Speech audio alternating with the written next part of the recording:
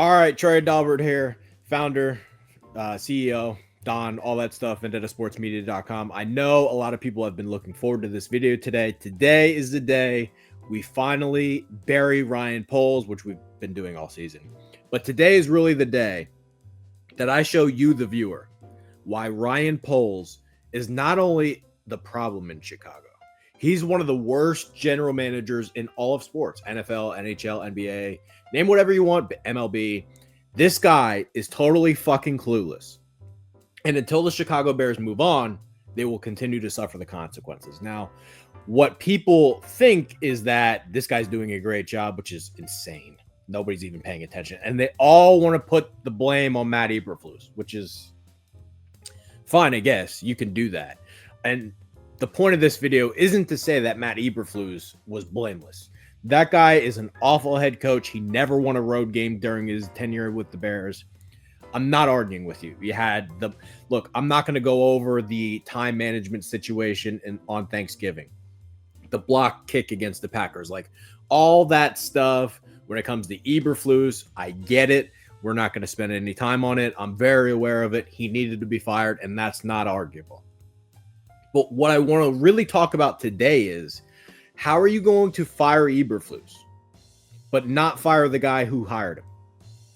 Kevin Warren's job is to figure out why we're winning and why we're losing. And all the Bears do is lose.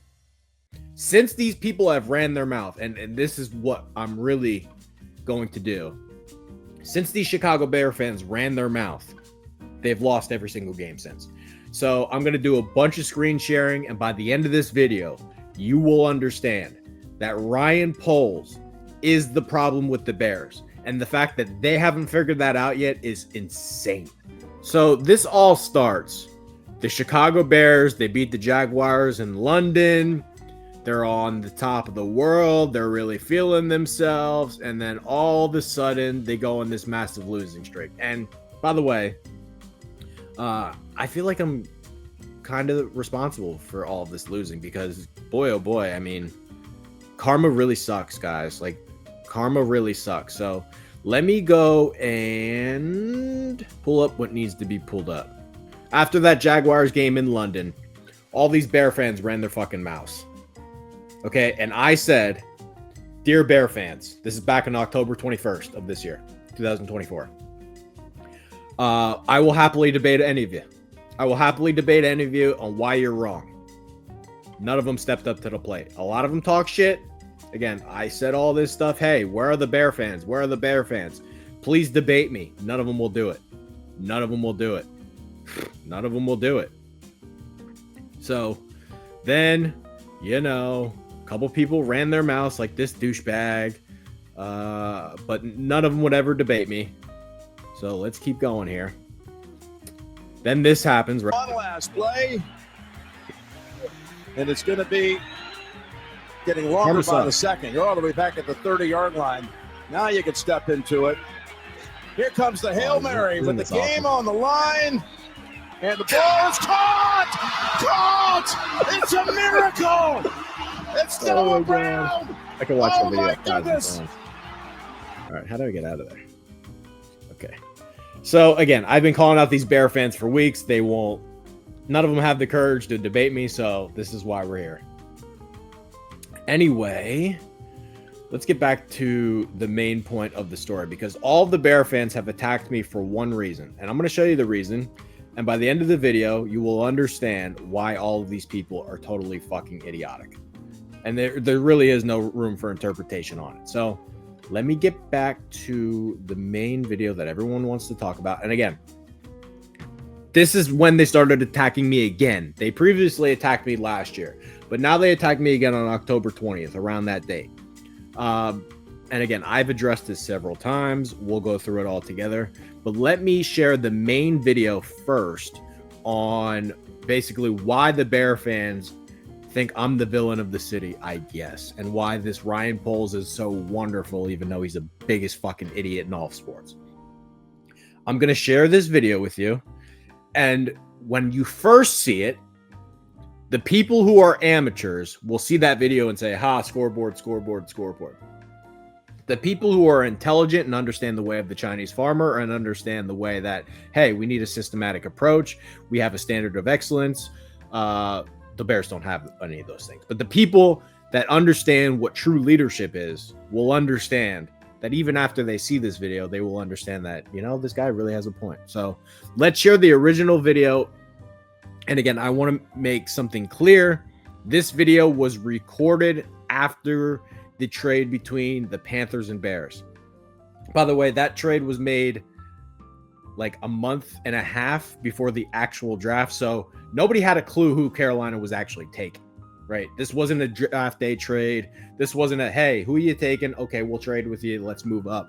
This trade was made multiple weeks before the actual draft. So nobody knew who the Panthers were actually taking. Okay, here we go. And again, here you go. 315 comments, 154 retweets, all this shit, right? Fuck ton of views. And before I even start, one of the biggest things that drives me nuts about the current landscape in sports media is the fact that these people will share things if you're wrong, but will not share things if you're correct. I never ever get tagged for like, oh my God, that was such a great take. Which, by the way, let me go on this rant first before I even get into that. By the way, one of the biggest things that I want to do after the season this year is we are going to create the Evaluate the Evaluator video series. Basically, putting all my NFL draft takes to the test. Hey, where was I right? Where was I wrong? By the way, I was like 99% this year. But I never, ever, ever get like, oh my God, what a brilliant take that was. Never. The only time I ever get like a bunch of traction is if I was dead wrong about something, which is the complete and utter opposite of how it should be, which again, further shows how fucking stupid these people. Let me explain something to how something works. You should never, ever, ever, ever share, retweet, comment on something you disagree with. Ever. You should never do it. And the reason why you should never do it is because there's an algorithm that exists that when you do those things, they will give you more of the same, right? So if you comment on a video of mine saying you disagree with it, guess what's going to happen? You're going to get another video that I made previously that's recommended for you. Okay. The people that are dumb enough to not understand that are the people that are commenting on this. Okay, I never do shit like that. And it's the biggest problem with our society. Why do you think Stephen A. Smith's still in business? Why do you think Skip Bayless was in business for all those years? The biggest idiots are on TV because you guys keep like watching them. You guys keep commenting on it, and it's nonsense. Stop doing it. So I want to stress that point first. If you disagree with something, you should never, ever comment on it. Never, ever reshare it. Never, ever do anything. The best thing you can do is to totally ignore it, which these people don't do. What I do, I don't have time to fucking deal with nonsense. But I want to make that point first because all of the people commenting on this are only out there because they disagree with it and are determined to say that I'm wrong about something, even though I'm not wrong about this. So that point really needs to be stressed here. You're dealing with the biggest scum of the earth here, like truly. So I want to make that point before we start. And now let's get into the video here. I'm going to play it, and then I'll talk about it afterwards. All right, we got to talk about this trade. I just got out of the shower. I'm a little bit late with it, whatever. I'm seeing all this reaction on Twitter, though, by the way. Carolina Panthers got robbed. Carolina Panthers got robbed. How could you do this? I saw even Bill Simmons take his opinion with a grain of salt. He said the Kings should trade De'Aaron Fox for Westbrook, so don't really listen to him. But he called this trade up by the Panthers the Gobert trade. Okay. Again, maybe I'm in the minority on this, and I'm always a trade down guy.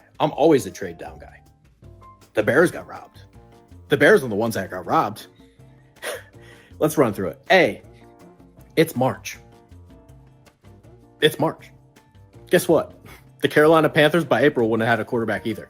There was no reason to do this now. The only reason they did this now is because Ryan Poles came in his pants over DJ Moore. I want to pause it right there because that's 100% factual.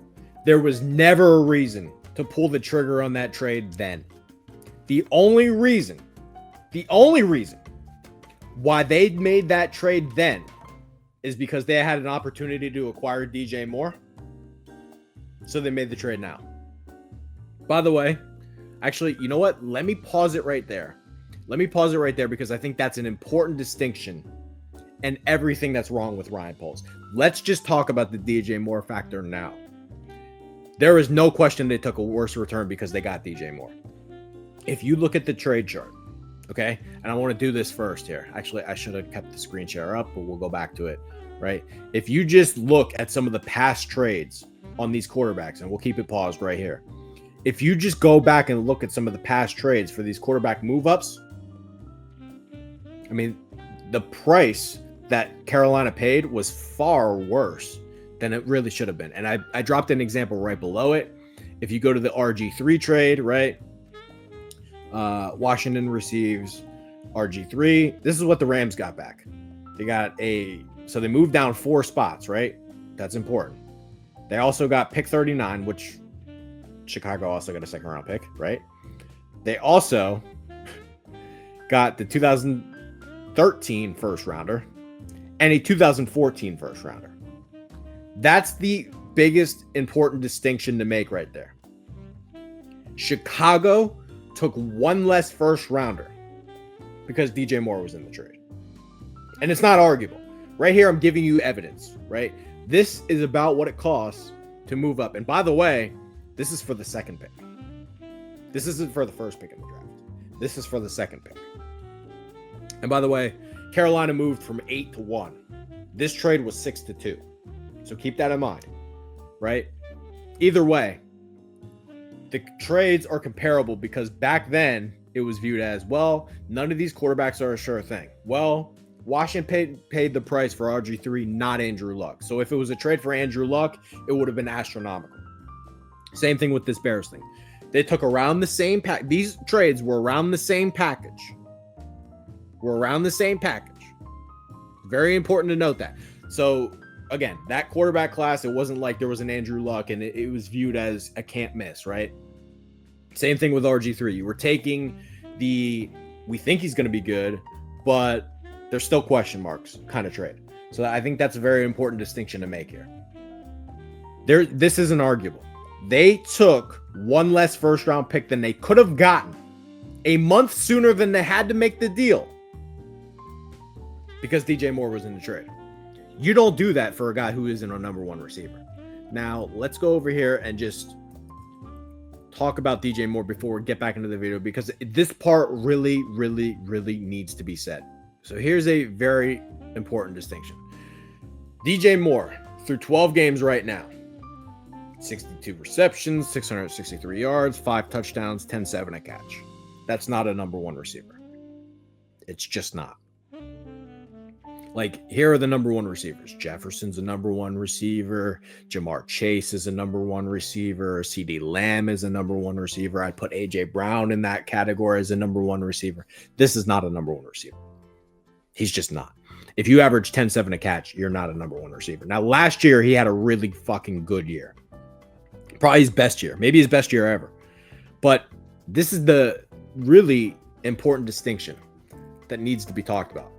They made this trade for DJ Moore because, and this can't be ignored in all of this, they made that trade for DJ Moore because the goal was to make Justin Fields a better player.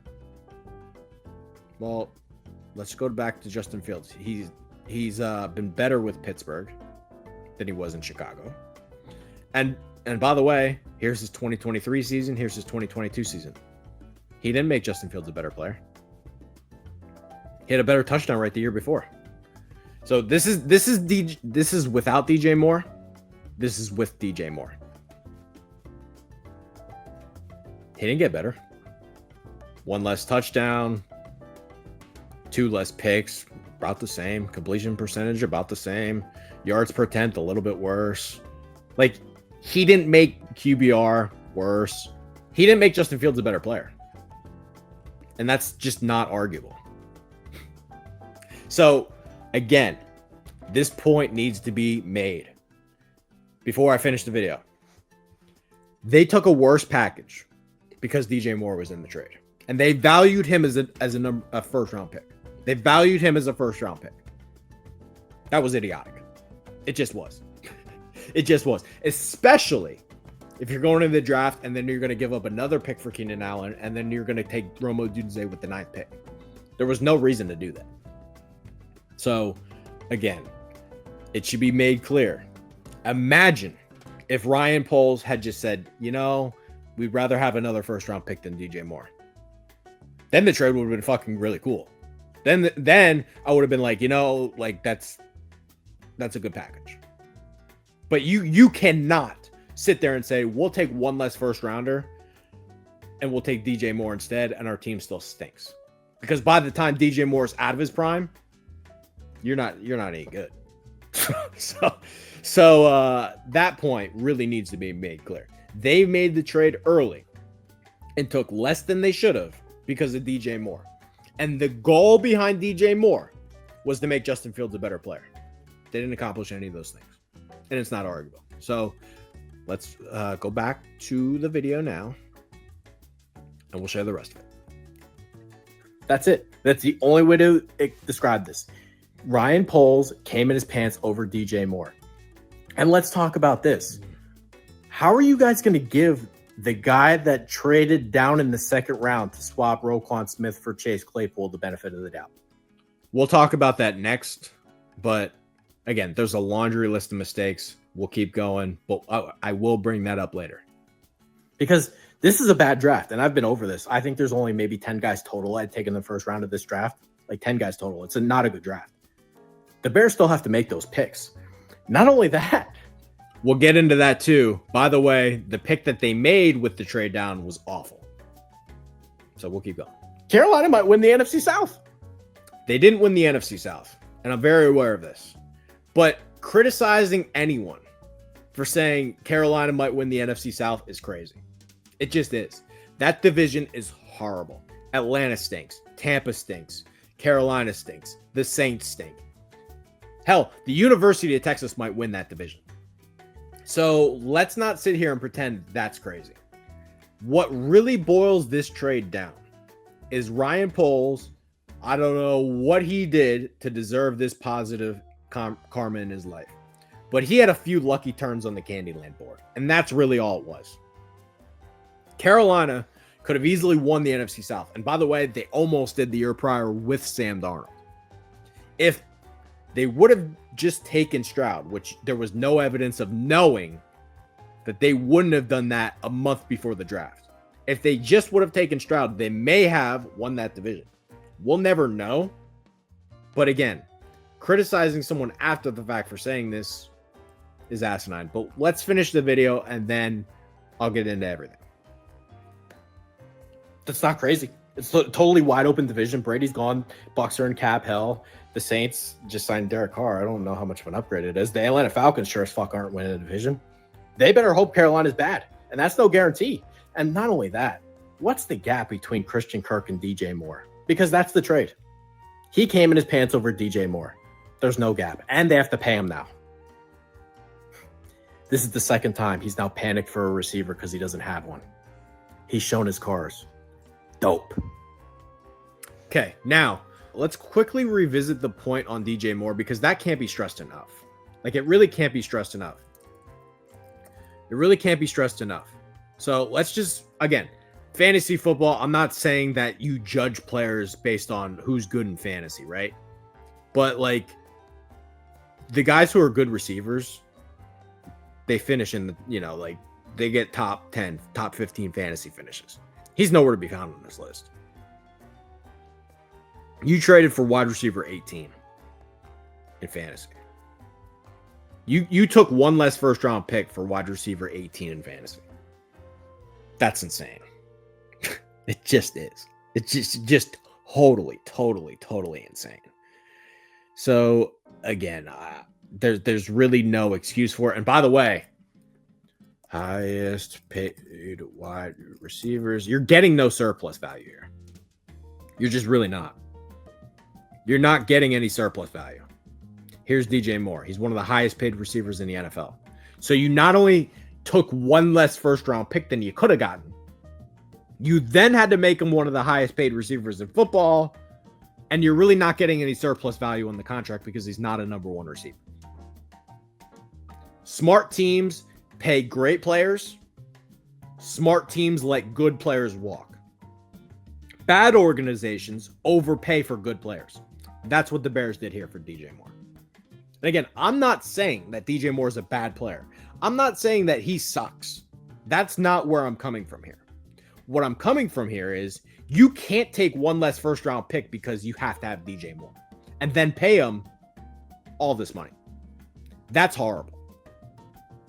Horrible. So again, that part, it really isn't arguable. And if you just compare some of the other wide receiver contracts to the guys that are paid around his area, like Jefferson, Lamb, AJ Brown, St. Brown, Tyreek Hill, they're all better players. They're all better players. So yeah, again, I don't know what you people are thinking. This is the truth. Ryan Poles is getting credit for something that he shouldn't get credit for. And the only reason why he is getting credit for it is because he had a few lucky turns on the Candyland board and Carolina happened to have the first pick, which there was no way of predicting that. By the way, any Chicago Bear fans out there, they're really good at using hindsight bias here. None of them bet the under for Carolina. None of them bet the Carolina Panthers to have the first overall pick. I have not, in all those comments, seen one person that sent me their betting slip for why they believed that Carolina was going to have the first pick. Because if it was so easy, they would have done that. And none of them did. So let's keep going here because I really want to make this clear. That trade was horrible. It's horrible then. It's still horrible. It's still horrible. So I'm going to play a couple of clips / pull up an article that makes you understand why the people that are giving Ryan Poles credit for this are total amateurs.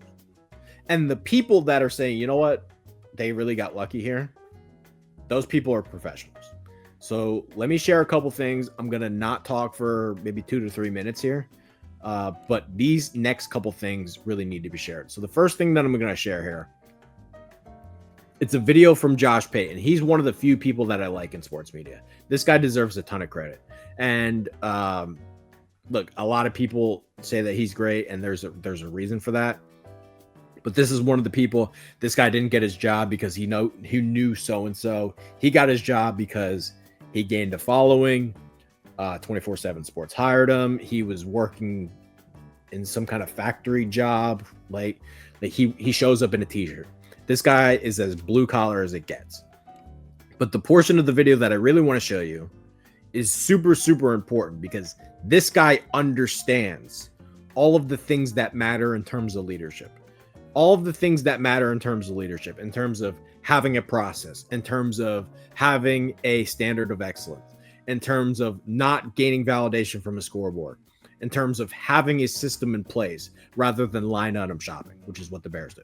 So let me play this section of the clip. And by the way, this is from when Nebraska almost beat Ohio State. They probably should have beat Ohio State, but they didn't. This clip right here, I want you to think about this clip that I'm about to play and then picture everything that comes to terms with the Bears on top of this. So I'm going to shut up now and let's play it. Late in it, I thought they were going to win the game. It was there, and so they didn't grab it. But I will tell you this.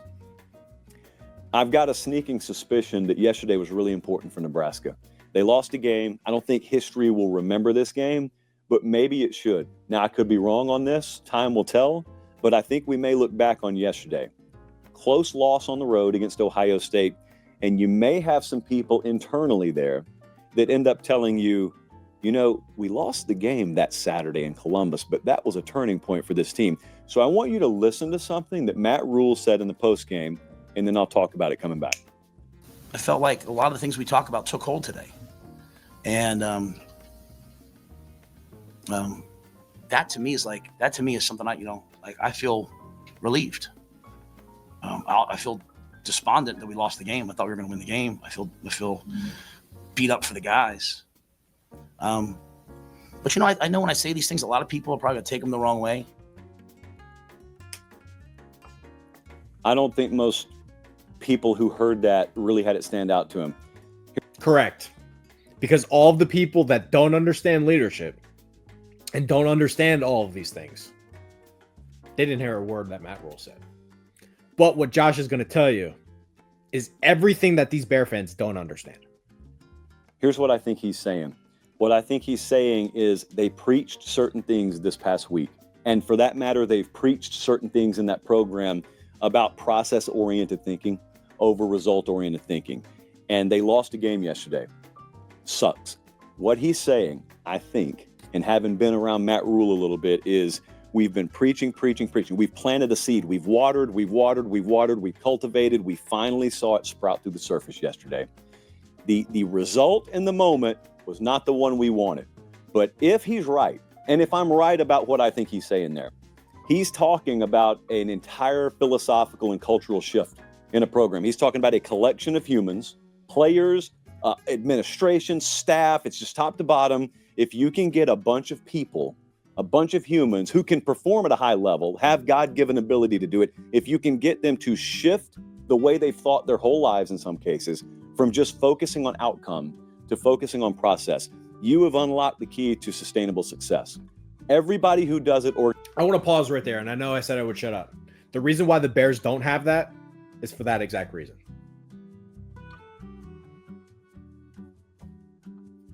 Organizationally understands it. Most people don't understand it, period, because most people never unlock it. Humans aren't wired that way. Humans are wired to be goal-oriented, result-oriented, focus on the goal, focus on the result, focus on what you want instead of what it takes to get it. It's just as true in my business as it is in football. And when you ever build an organization or you're ever in charge of running one, you're probably there because you have learned to think a different way and you have applied those principles and you know they work. That's the thing about it. Matt Rule has applied these at multiple stops. He knows they work. It's not enough for him to know it. He's got to put it in minds and then get that out of them. That's what makes you worth millions of dollars or makes you unhireable. Not whether you yourself possess the knowledge, but whether you can get it out of your team. And in many ways, that means changing the way people think. It's also why guys wash out all the time. It's why you see can't miss physical prospects, 5 stars, or maybe even into college, 5-star, first round, and then they bust. Sometimes it's because the team's not good. Sometimes it's because of injury. A lot of times it's because guys never learned how to think. And it's just as true in the business world. It's just as true in the media world as it is in football. So what I'm saying is, let's just tuck that away as it relates to Nebraska. Let's tuck that away because it could be that they do big things in 2025 and no one remembers that Saturday in Columbus. I will probably end up hearkening back to that because if they end up winning down the road, it's probably due in large part to some things that he is claiming started to take hold in this week, which ironically ended in a loss. You don't know. Couldn't have said it better myself. And it's everything that's wrong with the Bears. Everything that's wrong with the Bears right there. I'm going to share another piece of thing that just people need to see. And these lines right here really need to be said. Amateurs set goals. Professionals have systems. Amateurs gain validation from a scoreboard. Professionals have a process. Amateurs never gain confidence from within. Professionals gain confidence without evidence. These Bear fans, they're on this side of the screen. I mean, that's what it is. So now let me go and show you why you people are fucking idiots. Because the Bears really had 2 alternatives here. And they picked the wrong one. It was either go with Justin Fields, trade down, build the rest of the roster. Or pick a quarterback, start over, trade Fields. They went with, we're staying with Fields, we're going to trade down. Which I had no problem with doing that. It's not the way I would have gone, but I had no problem with doing that. The Bears had 2 options here. And they fucked up the option that they even went with, which didn't have to be the case. Let's go with what I would have done. And again, this is on record. There's no hiding this. I said, if you're going to take a quarterback, it's got to be Stroud. Here's my quarterback rankings. Stroud's number 1. And by the way, Stroud has since become a franchise quarterback. The Houston Texans, by the way, had the second pick in the draft. They were fucking horrible. He immediately turned their franchise around. And by the way, if Carolina just would have picked the right guy, who's to say that pick that Chicago ended up getting would have been 8, 9, 10, whatever. And by the way, if that happened, they still failed Fields and would have had no answer at quarterback. But again, let's go back to what really matters. I talked about having a process, having a standard of excellence, not gaining validation from a scoreboard, not doing this line item shopping, having a systematic approach in place to find the next great quarterback, which Trey has. There's nobody who's better and more accurate on the NFL draft. Nobody. And by the way, very, very few people had Stroud as the number one quarterback. I'm not going to go into all that. Most people, you can do that research on yourself. Most people had Bryce Young as the number one quarterback. I did not. And the reason why I did not is because I am a firm believer that you have to start your recruiting process through recruiting. I watch all the Elite 11 camps. He won the Elite 11 camp that year. This stuff starts in high school, which the Bears don't. They don't understand all of these things. This is a guy that kept getting better. And if you just watched his combine, right? We'll go to his combine here. If you just watched his combine, all of the things that I said here, let's get to Stroud. And I just want you to read this.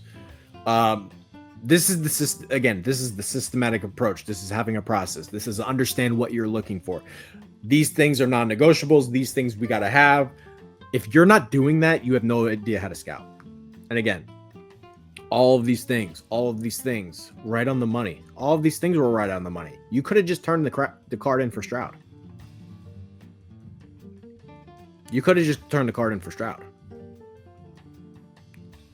But again, I know the Bears didn't have any interest in actually picking a good quarterback.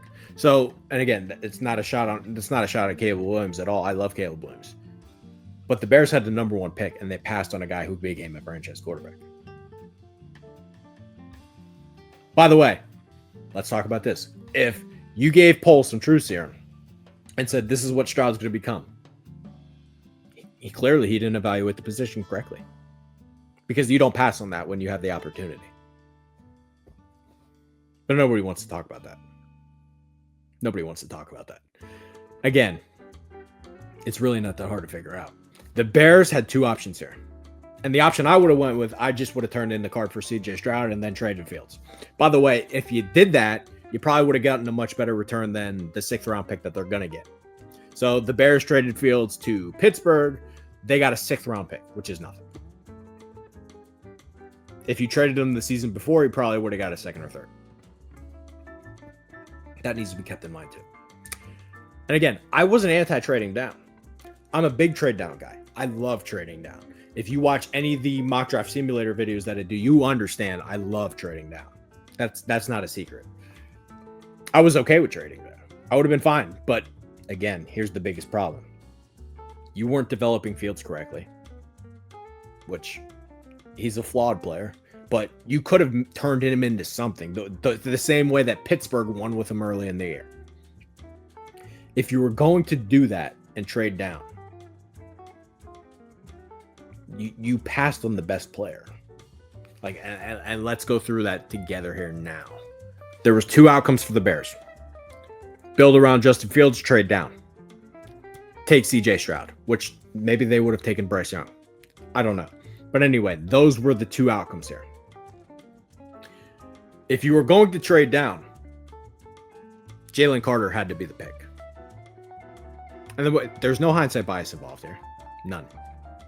There's no hindsight bias involved here.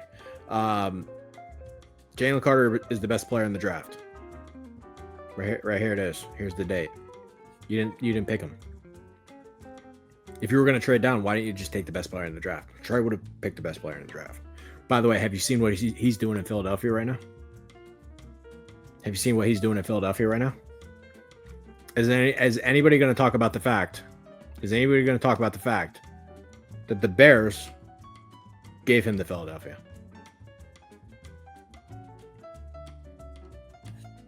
which goes back to my original point. They still had to nail those picks, and they haven't done that. Well, they haven't done that. If you're going to trade down from the number 1 overall pick, you sure as fuck better get a good player. Because what you did is pass on a franchise quarterback. It's not arguable. You had the number 1 pick in the draft. You have to come away with a generational player there. And if you're going to trade down, it better be because you still got a generational player and then more.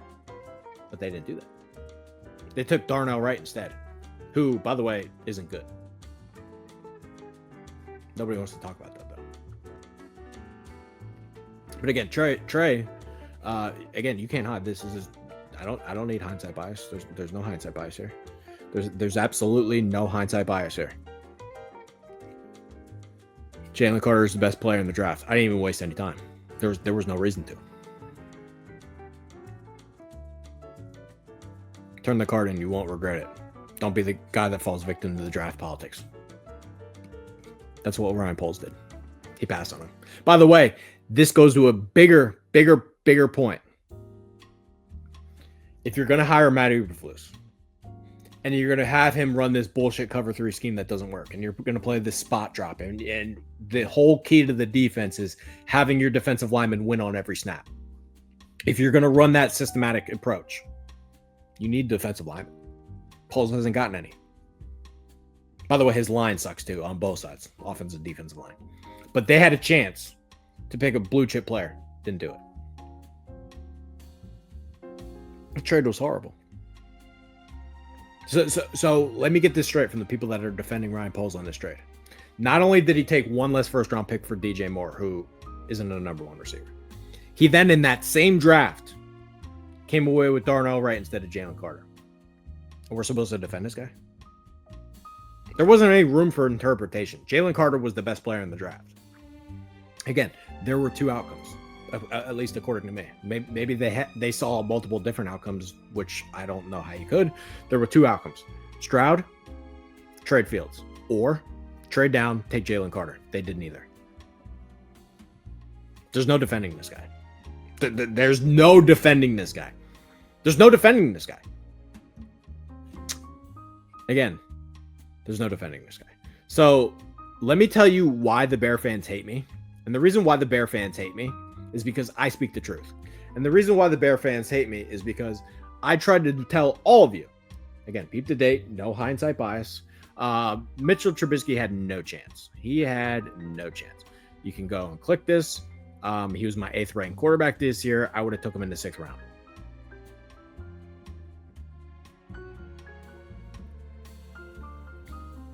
Pause the screen if you need to. I'm just going to scroll through here.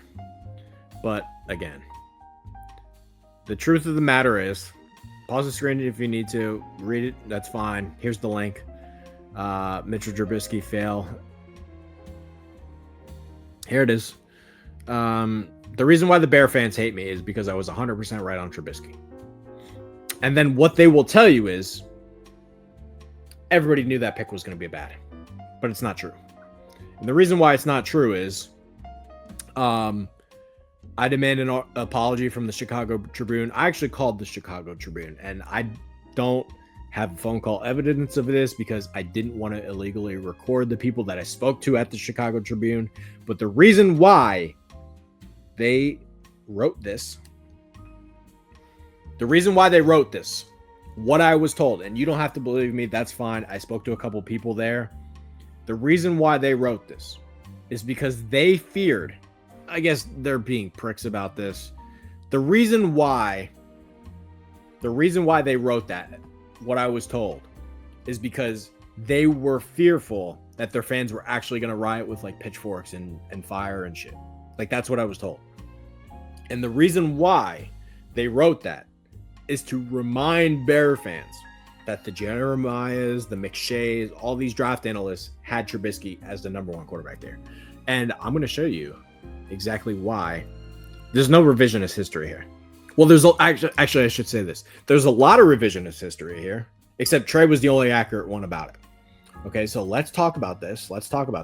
This is Matt Miller. He used to work for Bleacher Report. He then got a promotion to work for ESPN. He replaced scumbag Todd McFraud. at ESPN. All right. I just want quarterback. Here you go. Here's the list right here. Mitchell Trubisky first. Deshaun Kaiser second. By the way, this is a guy that got a promotion for this. He got an ESPN job for this. Had Deshaun Kaiser as a first round pick too. Okay. Yeah, right. So again, anybody that says everybody knew the Trubisky pick was going to be bad, it's not true. Because every single draft analyst on the internet had Trubisky first except me. That's why the Bear fans hate me. They've been waiting. They've been waiting for years. They've been waiting for years to get an upper hand on me. Still hasn't happened. But that's why so many people attacked me, because of the Trubisky thing. I had Trubisky as a sixth round pick. Everybody else had him as the best quarterback in the draft. That's why the Bear fans hate me. In fact, I would argue that based on that alone, they should have offered me the job on the spot. How did I know that Trubisky was going to suck and nobody else did? But they didn't bother to call me to figure out how I knew that? Strange. Weird. By the way, forget about the trade for a second. This Ryan Poles guy, he just doesn't win. He doesn't win. He's 14-32 as a general manager in the NFL. Same record as Eberflus, who he hired. Okay, so he's attached himself to Eberflus. But he doesn't win. If you are 14-32, how can anybody say he's doing a good job? It's comical. He has a 33% win percentage just this year. And everybody said the Bears were going to be good. How like, this is what I really want to know. If he really fleeced Carolina, well, sure. If he really fleeced Carolina, then he had to have gotten a lot of good players back, and then he would have started winning, right? If what these people are saying is true, and that he fleeced Carolina, why aren't they winning more games? If you really executed a trade down from the number 1 overall pick perfectly to the point where you fleeced an entire franchise, why aren't you winning more games? Those people don't have an answer for that, though, because all the things I try to tell you, they're scoreboard watching. They don't have a process. They don't have a systematic approach. They're line item shopping, which is what the Bears do. Again, I'm going to ask this question one more time. If this guy's so brilliant, if this Ryan Poles is so brilliant, and he fleeced an entire franchise to the point where everybody's making fun of him, and this guy knows everything, why aren't they winning more games? Again, if you execute a trade down like that, he should be winning. They're not just winning; they're a last place team every single year. They've never gotten not last place. Okay, all right, yeah, we'll keep going because I'm not done. So we're gonna go over here. I want to go through all of the trades and all of his draft history because, by the way, I've owned this guy nonstop. So let's start here. We're going to start from the beginning. We're going to go over everything. I'm going over everything. So March 15th, 2022, Bears trade Khalil Mack to Chargers for a second round pick that becomes Jaquan Brisker. That was a good trade. That was a fine trade. Now, the Bears paid more for Mack, but that was under the Ryan Pace regime. So in reality, they lost the Mack trade, but they recouped some assets to make up for the mistake. So I don't think he really deserves credit here. It's more of good rebound. We'll give him that one as a good rebound save. We'll keep going.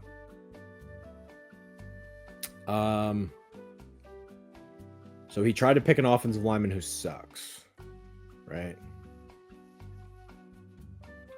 Bears drafted defensive lineman Dominique Robinson. Turned into nothing. Okay, let's keep going. Move down. Right, here we go.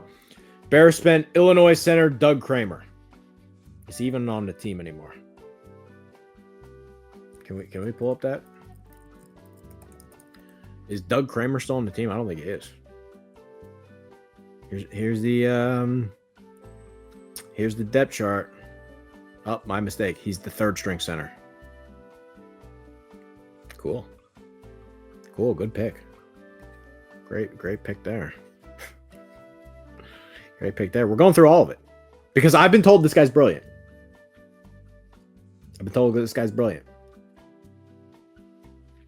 Here we go. Let's keep going. Bears moved down 20 spots in the 5th round. Drafted Southern Utah tackle Braxton Jones, who's like a C-level player. Acquired a 6th round pick from the Bills. And the Bears took Tristan Ebner. He's not on the team. Buffalo picked Khalil Shakir. Who's a good player. That's an L for the Bears because Shakir's. Look, can we pull up Shakir's numbers?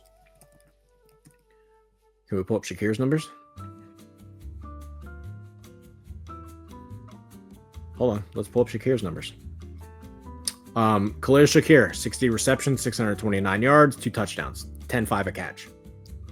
Can I remind you what DJ Moore's numbers are? Remember that. Take a Kodak.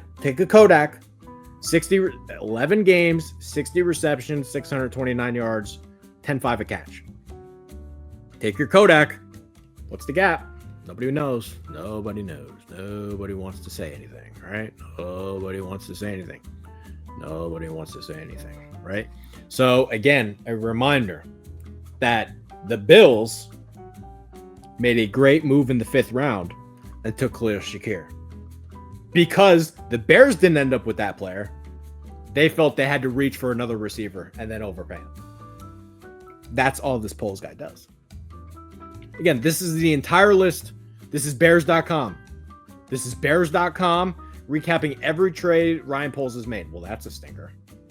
And again, this whole list is stinkers. The whole list. Bears traded 2026 or 2023 6th-round pick to Chargers. This was a nothing trade because neither of these players are good. He's not even their punter anymore. They had to spend another draft pick on another punter. Okay. Here we go. Bears acquire veteran receiver N'Keal Harry from Patriots in exchange for 2024 7th-round pick. Now, I'm not going to sit here and say, wow, that was really dumb, which it was. But I'm not going to criticize the team for flushing a 7th-round pick down the toilet, but that's exactly what that was. This is the biggest problem with Ryan Poles, and you'll notice a pattern here.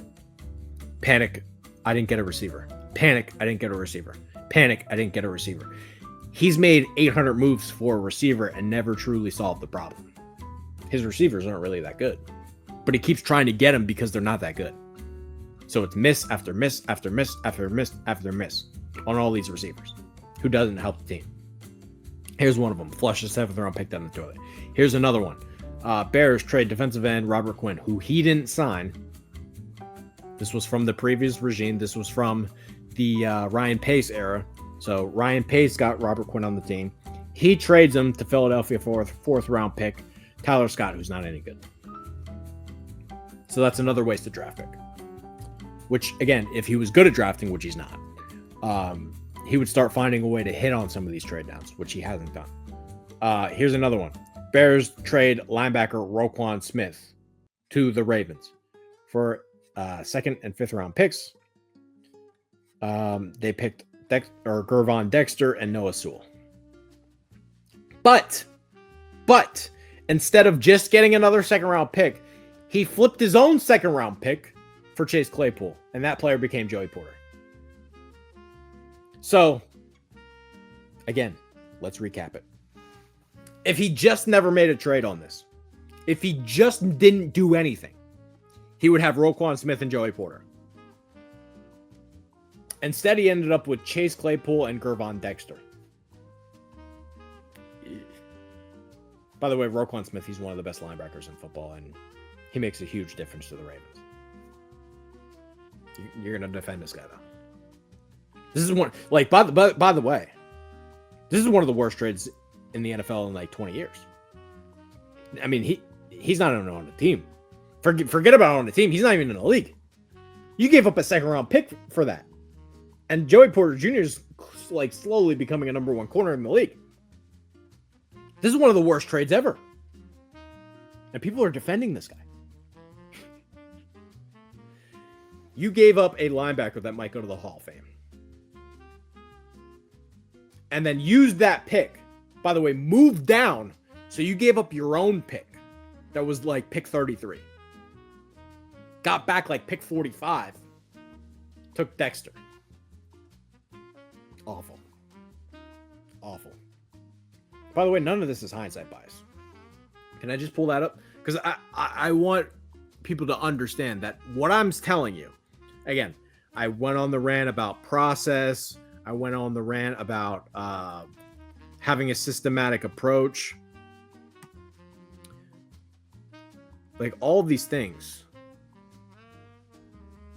Like I want to make it very, very clear. This is not, there's no hindsight bias in what I'm telling you. I shared all of those things in terms of having a standard of excellence on all of that stuff, because everything that I'm showing you, I'm not going back in time and revisiting what I said. Here it is, November 1st, 2022. November 1st, 2022. This is what I wrote. Here it is. Ryan Poles exposed himself as a moron today. Trading away Roquan Smith for a second-round pick to Starker rebuild was understandable. However, rerouting that pick to Pittsburgh was classic Bears. You can't make it up if you tried.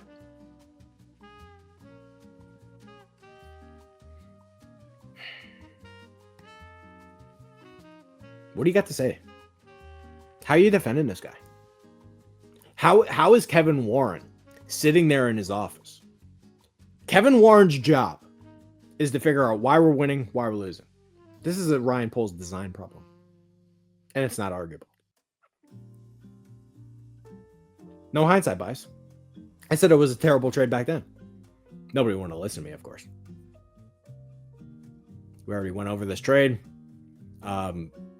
Congratulations on the Candyland. But this is the biggest point of the trade. It'd be one thing if you traded down. Right here. You fucked up the trade down. You fucked up the trade down. You fucked up the trade down. Like here's my question for you, Bear fans. What did you really get for the number one overall pick? You had the number one overall pick. Sometimes that turns into Peyton Manning. Sometimes that turns into Myles Garrett. What did you get? Darnell Wright. And then had to overpay for DJ Moore. Like, what did you get?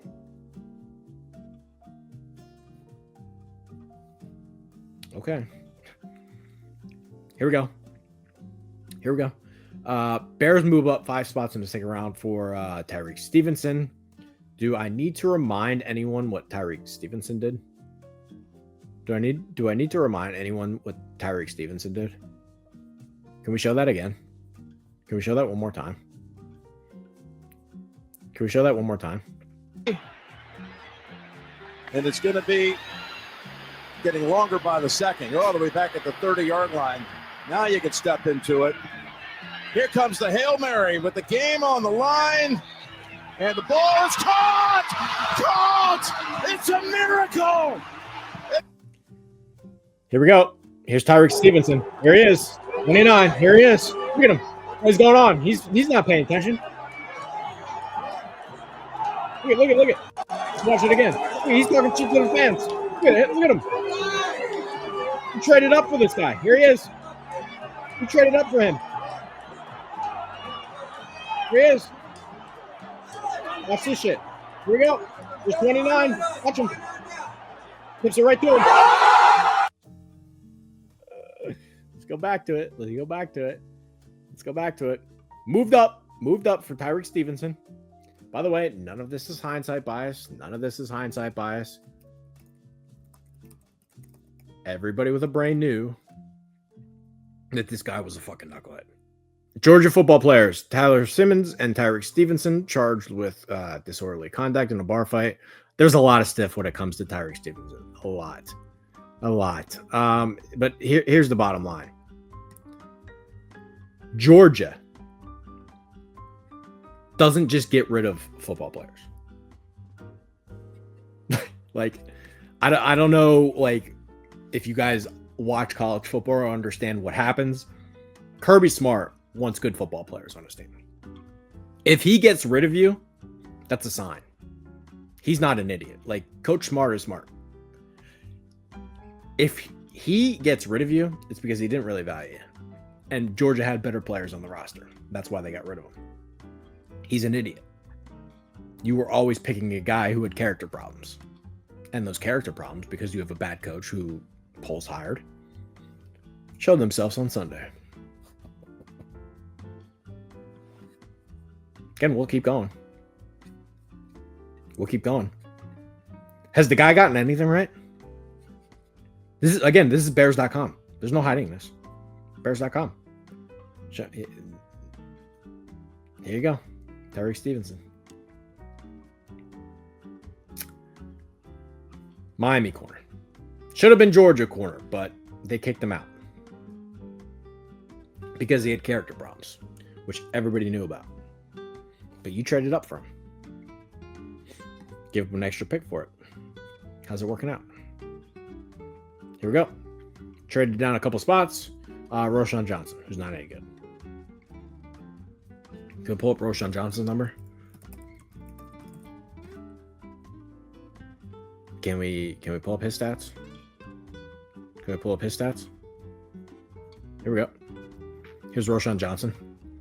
He's gotten more of an opportunity this year.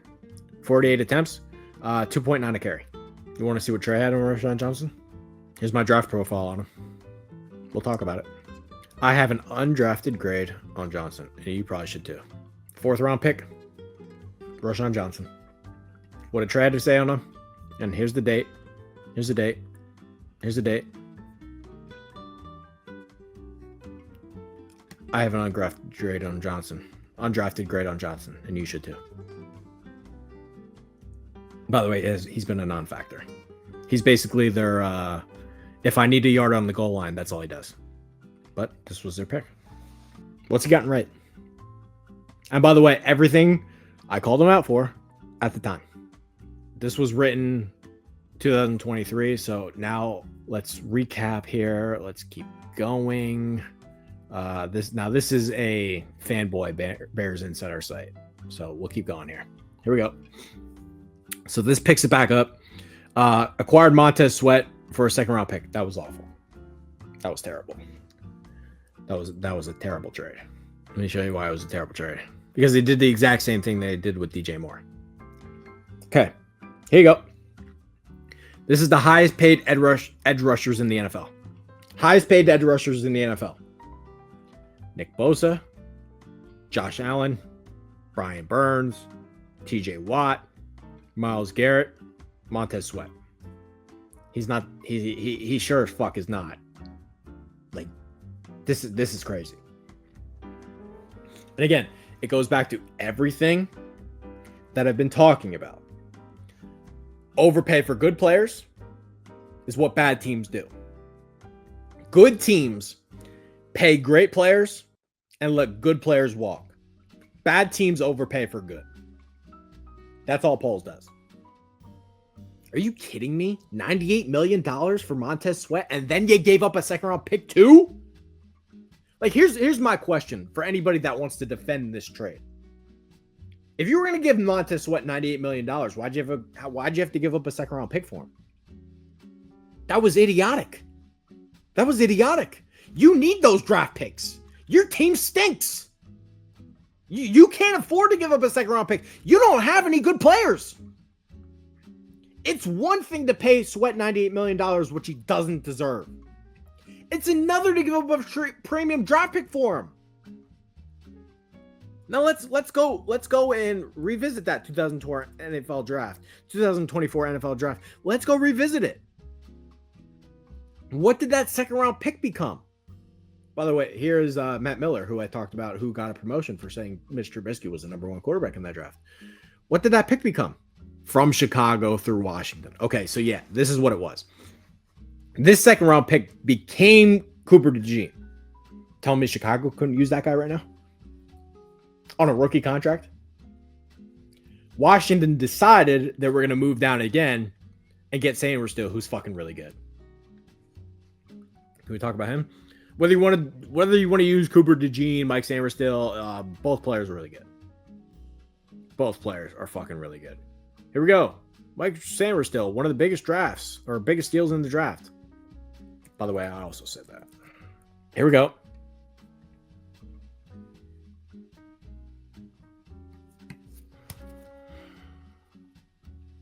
You don't think the Bears could have used that guy?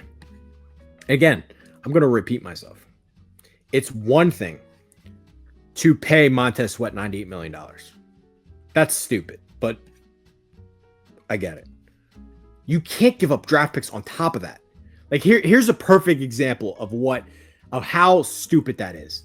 When the Raiders went and got Christian Wilkins, they didn't give up a second round pick to Miami to go get him. That's the whole point of free agency. If you're going to pay a guy $98 million, why am I giving up a draft pick to do it? You know? Like that's so stupid. All this guy Ryan Poles has done is give away second round pick, give away second round pick, give away second round pick, give away second round pick for Chase Claypool, give away second round pick for Montez Sweat. How good is he? By the way, how good is he? Let's go to Sweat's numbers. $98 million for 4.5 sacks. How good is he? $98 million for 4.5 sacks. You gave up a second round pick and $98 million for this. Terrible trade. Awful. Completely fucking awful. Let's go back. Chicago acquired Ryan Bates, who's not any good. Couldn't make Buffalo's team.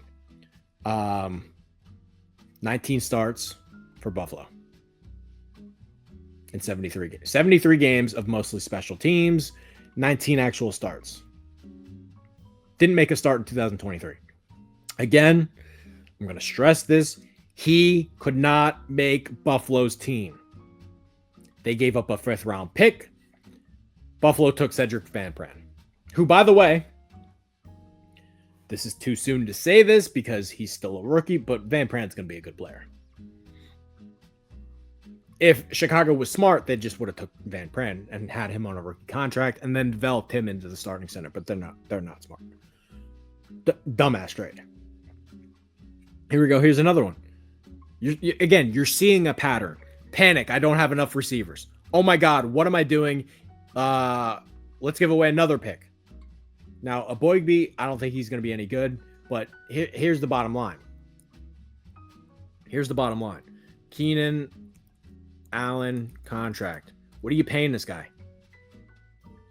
Look how much you're paying him. $23 million cap hit. What's he giving you?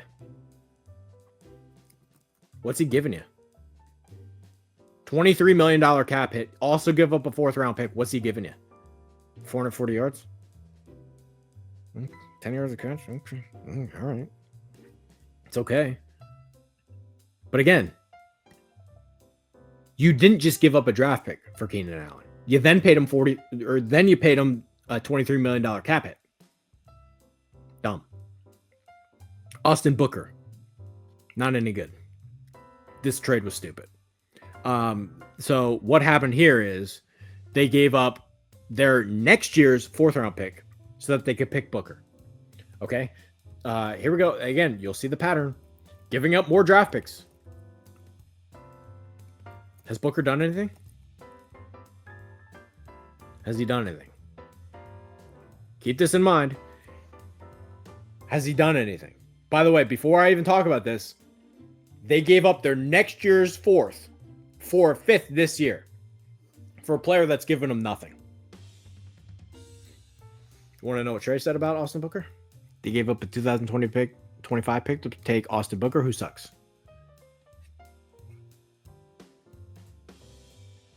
Can we pull up his numbers again? Again, this was supposed to be your pass rusher. You gave up a next year's pick because you viewed this guy as somebody who could rush the passer, which you don't have any of. You don't have any good defensive linemen. It's amazing, isn't it? It's truly amazing that anybody defends this fucking guy. He hasn't gotten anything right. Like, it's comical. The guy hasn't gotten anything right. 12 games, 1.5 sacks. 12 total tackles of nothing. Yep. We're defending this guy, though, right? We're defending this guy. This Ryan Poles is brilliant. Like, I've gone over every move. There's no hindsight bias involved here. None. There's no hindsight bias involved here. What's he gotten right? I'm asking you, Bear fans. Like, I'm asking you, Bear fans. What's this guy gotten right? We'll show it again. Let's go over it again. Here you go. Selected Austin Booker. Gave up a next year's 4 for a 5 this year to take Austin Booker. Here's his stats. 1.5 sacks in 12 games. Not good. What did Trey say about him? What did Trey say about him? I just can't do it because this fucking idiot Ryan Poles fumbles the bag. They gave up a 2025 pick to take Austin Booker, who sucks. But according to this fanboy bear site, he might have been a first or second round pick, which isn't true. That's how delusional these people are. Again, this is not true. Never been true. He's not good. But this is the delusion that we're speaking of with these Bear fans. Here we go. Bear sent Seahawks 2025 6th round pick for Darrell Taylor. What's he done? 2 sacks in 11 games, 14 tackles. What are you giving up a draft pick for this? I can find this on the street. I can find this on somebody's practice squad. I can get on. I mean, pick somebody's practice squad. I can get this off the street. Why are you giving up a draft pick for this? Nobody knows. Nobody knows. Here we go. Another one. Poles acquired Chris Williams from Browns and a 7th round pick for a 6th round pick. Williams was listed as the 5th string defensive tackle in Cleveland's depth chart. Hasn't done anything for Chicago.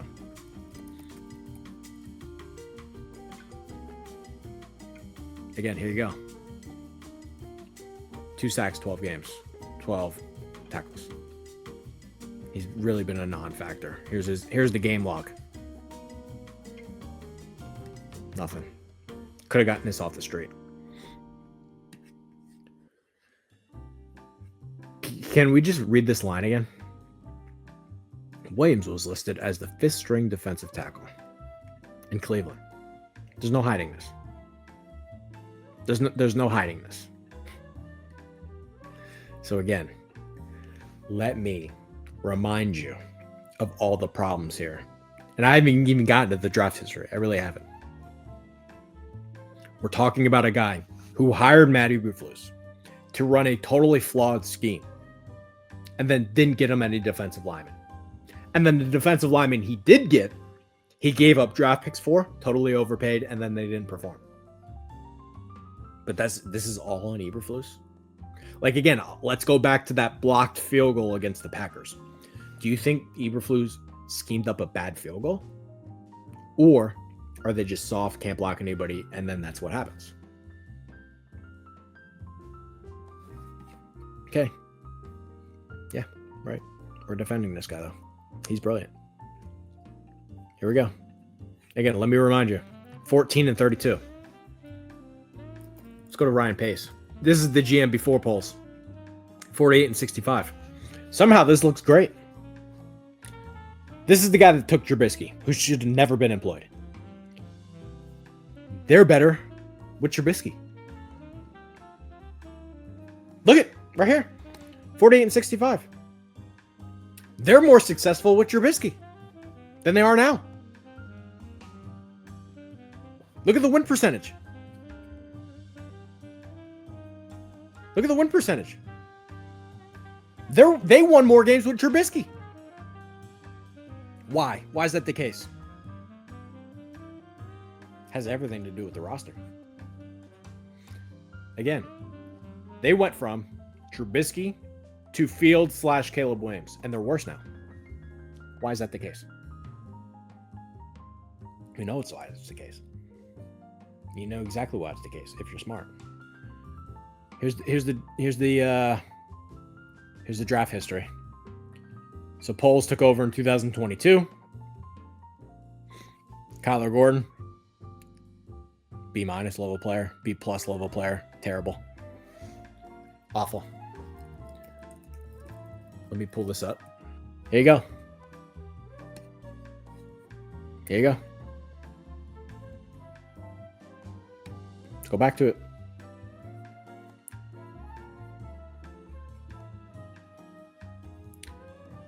Here we go. Love Brisker. Even gave him credit for that. Peep the date. Here we go. This draft became an F the second the card turned in for Velus Jones. That guy is going to be 25 in 6 days. Yes, he's fast, but he couldn't even dominate against older players at Tennessee. Horrible showing once again by this franchise. No hindsight bias. No hindsight bias. Anybody, and I'm going to say this again, anybody who turned the card in for Velus Jones has no clue. No clue. And I said that back then. We'll keep going. We already went over the Jalen Carter disaster. Disaster. He's okay. Pickens hasn't really gotten on the field. Waste of a pick. Nothing. I mean, nothing. And then we'll close things out here. Again, the biggest problem with the Bears is a design problem. Rome Odunze was always the wrong pick for this team. Just was. Rome Odunze was always the wrong pick for this team. Look at this. Remember that post I called Ryan Poles an uneducated slob? Let's watch this video.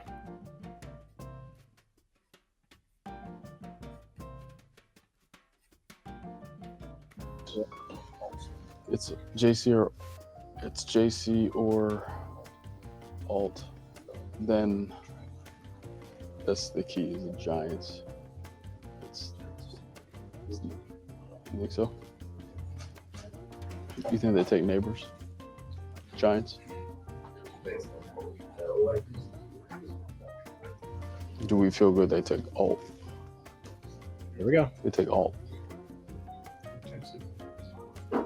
If Chargers don't. Yeah, I think the Chargers JC. If they're good, the Chargers take Paul. I think that's when they're going to want to try to trade them. Los Angeles Chargers defend their pick. The New York Giants are all across.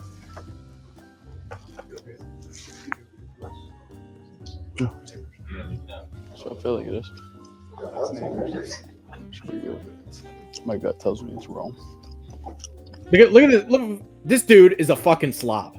This dude's a fucking slob. If I was ever in a draft room and fucking chewed gum like this, I would expect somebody to punch me in the face. If I was in the draft room and this guy's chewing gum like a fucking slob at the draft, I would have choked him. And the fact that nobody did that in that front office shows every reason what I've been talking about over the past hour. And that is a lack of leadership, a lack of a philosophical belief, a lack of a standard of excellence. This is line item shopping over and over and over and over again. You're going to lose chewing gum like a slob. The New York Giants have submitted their pick. Slob. Slob. Tennessee has submitted Wait, it gets What's our better. percentage?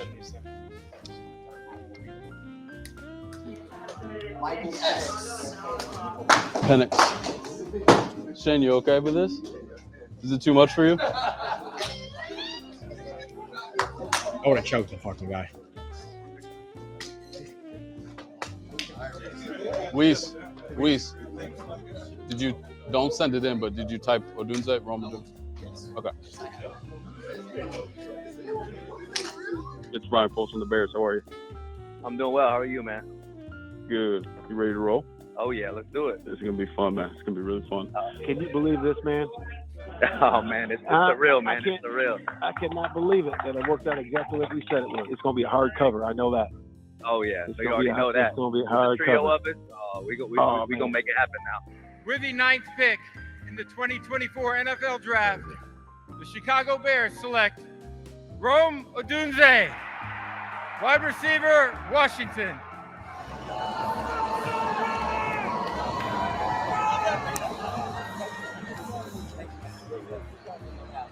We didn't have to give up anything. He's celebrating.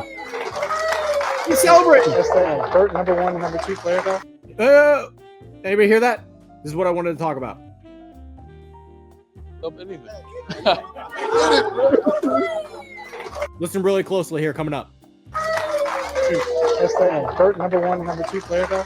Unbelievable.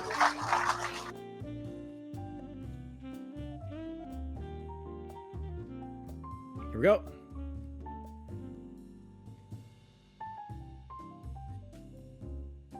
He would have taken Odunze over Harrison, over everybody. Over everybody. Now, let's keep going. Bulls wanted Rome Odunze so bad that it is now confirmed that he offered the Atlanta Falcons a 4th-round pick to move up just one spot to make sure that he nabbed Odunze. Let's talk about it. Pause. This guy, Ryan Poles, he tried to give away another draft pick. Forget about the fact that he gave away a draft pick for Keenan Allen. Forget about the fact that he took a worse offer from Carolina to get DJ Moore. Forget about the fact that he gave up another draft pick for N'Keal Harry. Forget about the fact that he gave up another draft pick to move down and gave Buffalo Khalil Shakir and then took Tyler Scott, who's not any good. He tried to move up with Atlanta, who they already picked Caleb Williams.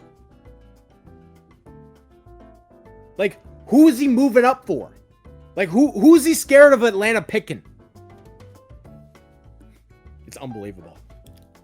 It's truly unbelievable. He tried to give away another pick.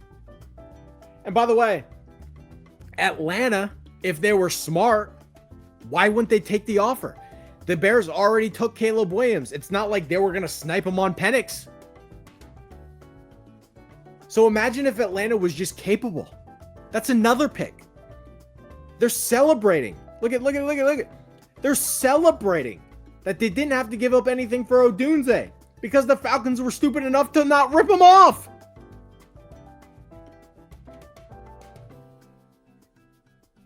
Crazy town.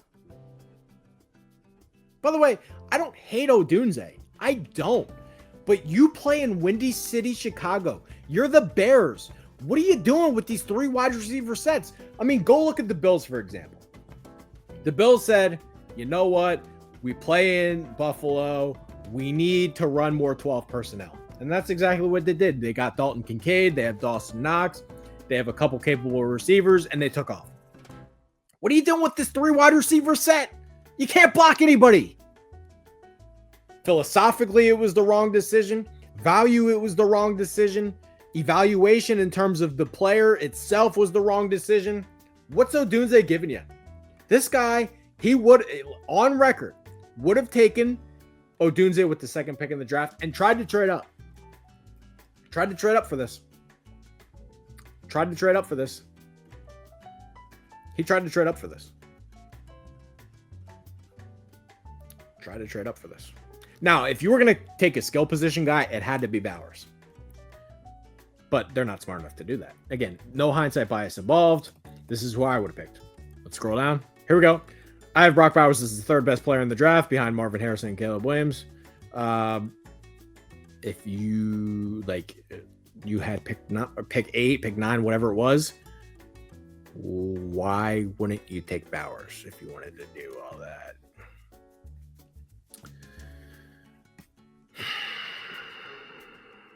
What I want to close things out here is a little piece of Michael Lombardi's show from the VSiN network. He's one of the few people that are respected in this industry. He's a former general manager. He used to manage the Browns. He's the one that did the Trent Richardson trade where he sent him to the Colts for a first-round pick. This guy's not dumb. Let's go to what he has to say on this situation. And it's been everything that I've been saying for the last 2-3 years. So let's share the screen one more time and we'll close things out here. Spot that you tease down Buffalo, but you could go the other way and go up to 13 with Denver, because I'm with you. It could be a one-possession type game, head coach, and that's, in fact, the first-round matchup, but that's the way it projects today. So they get the win, they get the cover, they get closer to getting into the postseason. I do want to get to something with the Chicago Bears, because we know that Thomas Brown now is the interim head coach, and they're going to be back in action this week against the 49ers, and that's going to get us to what's on your mind today. But I want you to hear from the team president, Kevin Warren, discussing how attractive this job potentially can be. We have the greatest fans that I talked about earlier. They are passionate. I appreciate and embrace that passion. Secondly, is that we have a great tradition of the Chicago Bears. It is really special in all of sports. We're going to have plenty of salary cap space. We have a young, talented roster. We have strong draft capital in the upcoming draft. And we have a quarterback in Caleb Williams who's shown he is very special. And in the right environment, he can become even more special than he already has shown. All of these elements, as we sit here today, we are in a unique situation. This will be the most coveted job in the National Football League this year. He's right about a lot of things he said there. They do have cap room. They do have a ton of draft picks. But I think, to me, it's going to come down to what coach is going to want Ryan Poles to control the roster. I think that's what it's all going to come down to. Sean Payton took the job in Denver because George Payton wasn't going to be in control of the roster anymore. And Kevin's got to look at his roster and say, are we sure we built this team the right way? Are we sure Ryan Poles knows how to build a team? He's sitting there and he's going to give him full authority to run the team. My sense of this will be, if Thomas Brown can do anything, Thomas Brown will keep this job. I think Thomas Brown will develop a relationship offensively. He's already made the quarterback play better. And I think if he can command the room, I think he'll keep the job. Look, the Bears have great legacy. There's no question about it. It's a historic franchise. It goes back to Ralph Hayes Automobile Dealership in Canton, Ohio. It's tremendous. And their fans are beyond great. They really are. They're some of the best fans ever. They support the team, and they bet the team even when it's a ridiculous bet. So I agree with a lot of what he said, but I think there's all the elements of who's controlling that. Who's making these decisions? Because this roster, if you talk to Matt Eberflus, he would not agree with any of that what Kevin Warren said about how this team is set perfectly up for the future, because some of the mistakes they've made in signing players. Michael, my question to you when I hear that from Kevin Warren, there felt like there was some politician in there that he's almost politicking to sell a job to whoever that is. Like, hey, this is a great opportunity. We got everything for you. We just need the right guy to lead it. Did you get that feel? And I think you're right. Yeah. Eberflus would say, no, that's not everything he's saying. Sounds good, but it might not be in fact. Well, I think the hardest problem is Kevin Warren's job is to figure out why we're winning and why we're losing. And he has to find somebody who can solve those issues. It's why Philadelphia is successful this year. Yeah. Philadelphia went into the offseason last year and they said, the reason we lost is because we did not have a great run game. And the reason we lost is because our strength and conditioning program let our team get out of shape. And so they corrected both those areas. And now they're back to where they were 2 years ago when they went to the Super Bowl. And it's the same thing in Chicago. Can they figure out why they win and why they lose? And he's sitting next to a guy who built one of the worst offensive lines in football. He's sitting next to a guy that doesn't draft defensive linemen, that keeps letting them go. Drafted Rome Odunze with the 9th pick and paid Keenan Allen $22 million. So they're playing Madden football. They're not playing Chicago Bear football. Great stuff. Love it. We'll see where the Bears go. But right now, they can only go up because it's been a disaster so far in Chicago. That's why Matt Eberflus is no longer there. Let's get to the Lombardi Line game. So What is Lombardi telling you right there? Nobody who is respected wants to work for Poles. And he thinks if Thomas Brown does a good job, he'll get the job. You think Thomas Brown's qualified to run an NFL team? He was Carolina's coordinator last year. They got rid of him. No coaching experience. Like, the reason why the Broncos properly developed Bo Nix is because Sean Payton's running the program. What did Lombardi just tell you? Who's connected to the team? Who's connected to the league? Nobody wants to work for Poles. And he thinks Thomas Brown will get the job. Bill Belichick sitting out there. Mike Vrabel sitting out there. Shit, maybe you can convince Kirby Smart to come. There's a lot of good head coaches out there. By the way, passed on Jim Harbaugh. Could have just hired Jim Harbaugh, but he didn't want to work for Poles either.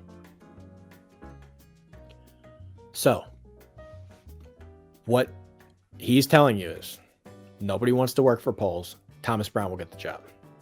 Why are we keeping Poles? If nobody wants to work for Poles, who is respected, and he's made all these mistakes, why are we keeping him?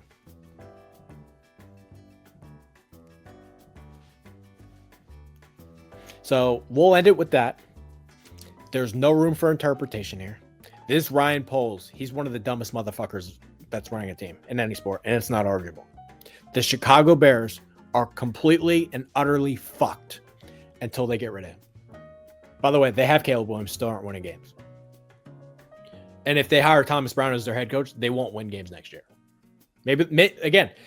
Maybe Thomas Brown will do a good job on an interim basis, and he'll do enough to convince them to hire them full time. That would be the worst mistake they could ever make. Belichick out there, Vrabel out there, a bunch of really good coaches out there. They stuck with Eberflus too long, and now they're going to go with Thomas Brown, who has no real experience and isn't anywhere close to an elite head coach. All because they don't want to work for Poles. So why are we keeping Poles?